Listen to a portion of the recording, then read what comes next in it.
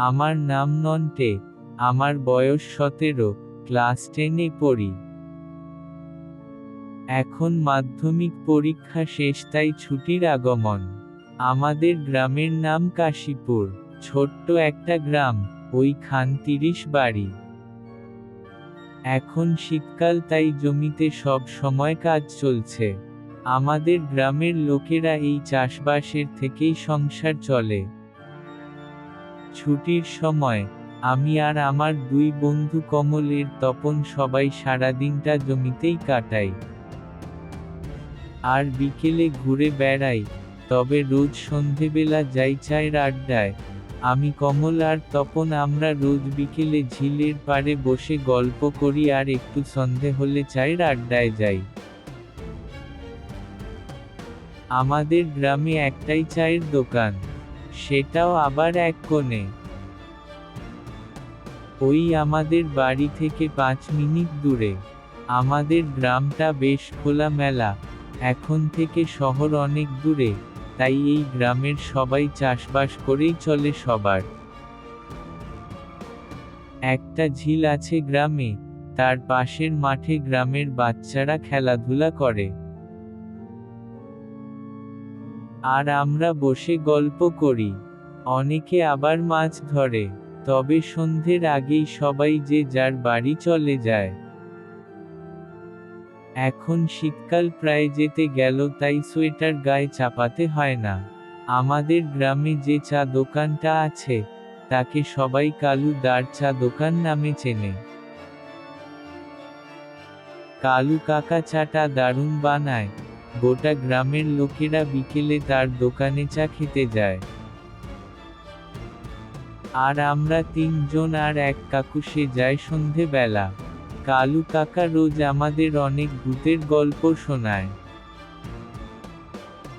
খুব মজা লাগে সন্ধে বেলা গরম চা খেতে খেতে ভূতের গল্প শুনতে। মাঝে মাঝে ভয়ও লাগে। তপন বলল, বলছি এবার তো সন্ধে হতে যায়, চো কালু কাকার দোকানে যাই। হ্যাঁ চো, আজও একটা গল্প শোনাতে বলবো কালু কাকাকে। হ্যাঁ তাই যা বলেছিস। এই বলে আমরা ঝিলের ধার থেকে উঠে পড়লাম। রাস্তায় যেতে যেতে দেখলাম, সব চা দোকান থেকে চা খেয়ে বাড়ি ফিরছে। আমরা চায়ের দোকানে পৌঁছলাম ঠিক তখনই সন্ধে হলো। আর কেউ নেই দোকানে, আমরা 3 জন, আর কালু কাকা। কমল বলল, কালু কাকা আমাদের জন্য ভালো করে 3টে চা বানাও। এই বলে কমল বলল, আচ্ছা কালু কাকা, তোমার ওই হোটেলের কাজ, তার গল্প সেদিন শোনাবে বললে, সেদিন তো আর শোনা হয়নি, আজই শোনাও। শোনাবো শোনাবো, দাঁড়া চাটা বানাই তারপর। আজ মনে হয় আর কেউ আসবে না, সবাই চা খেয়ে চলে গেছে। হ্যাঁ রে, আজ আর কেউ আসবে না। আমরা চা নিলাম, খেতে লাগলাম। কালু কাকা বলল, শোন তবে, আজ থেকে 5 বছর আগে আমি এক হোটেলে কাজ করতাম, ভাতের হোটেল সেটা। আমাদের গ্রাম থেকে 10 মাইল দূরে একটা জঙ্গল আছে, সেই জঙ্গলের মাঝ বরাবর মেন রাস্তা। সেই রাস্তার পাশেই হোটেল। আসলে ওই ঘন জঙ্গলের হোটেলের কাজ করার ইচ্ছা আমার ছিল না। কি করব বল, তখন এই দোকানও তো ছিল না। আর তোরা তো জানিস গ্রামে আমার কোনো জমিও নাই, যে চাষবাস করে খাবো। আর ওই হোটেলে মাইনেও ভালো দেবে বলে আমি ওখানে কাজে চলে যাই।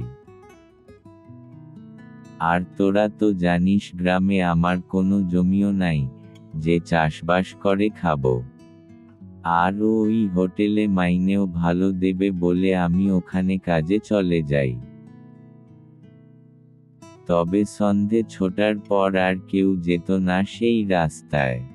শুনশান জঙ্গল, গুজব ছিল যে সে জঙ্গলের রাস্তায় রাতে যে যেত তাকে আর কোনোদিন খুঁজে পাওয়া যেত না। তাই হোটেল রাত ৮টায় বন্ধ হয়ে যেত। আমরা ৩ জন কাজ করতাম সেখানে। আমি রান্না করতাম, আর ২ জন খাবার দিত। ভালোই দিন কাটত। আমরা ৩ জন হোটেলের সাথেই একটা ঘরে ঘুমাতাম, আর মালিক হোটেলের খাটে ঘুমোতো। তবে সেখানে যে ঘরে আমরা থাকতাম তার পেছনেই জঙ্গল। রাতে ৩ জন মিলে গল্প করে ঘুমোতাম। আর রাত ১১টা বাজলেই সে কি বিকট আওয়াজ শুনতে পেতাম। এরকম রোজই শুনতে পেতাম।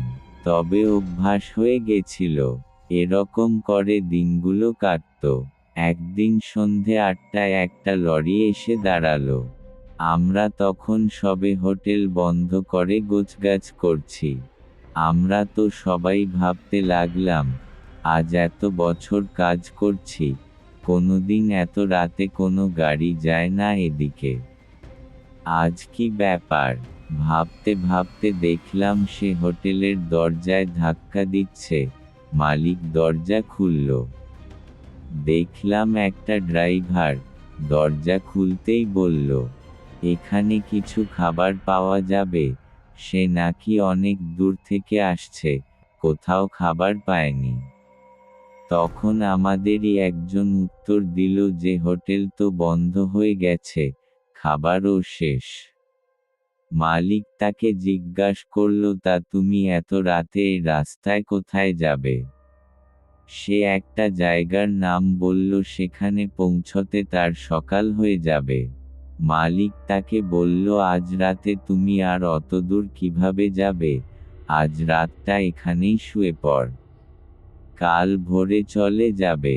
তখন ড্রাইভারটা বলল যে না, তাকে নাকি সকালেই মাল পৌঁছতে হবে, রাতে থাকলে চলবে না। মালিক বলল, এই রাস্তা রাতে যাওয়া উচিত হবে না। রাতে বিপদ হতে পারে এই রাস্তায়। সে তো কিছুতেই শুনল না। আমরা তাকে আমাদের খাবারটা দিলাম, আর আমাদের জন্য আবার খাবার তৈরি করে নেব বলে। সে খাবার খেয়ে, একটা বোতলে জল ভরে লরি নিয়ে চলে গেল। আমরাও আবার খাবার তৈরি করে সবাই খেয়ে শুতে চলে গেলাম। শোয়ার আগে আমরা ৩ জন আলোচনা করলাম, যে আজ ৩ বছর আমরা কাজ করছি, আজ পর্যন্ত একদিনও রাতে গাড়ি এ রাস্তায় যায়নি। আজ প্রথমবার দেখলাম এ রাস্তায় রাতে গাড়ি গেল। আরেকজন বলল, আরে ছাড় তো, ওনাকে তো সবাই বারণ করলাম, তার সত্ত্বেও আমাদের কথার কোন গুরুত্ব না দিয়ে চলে গেল।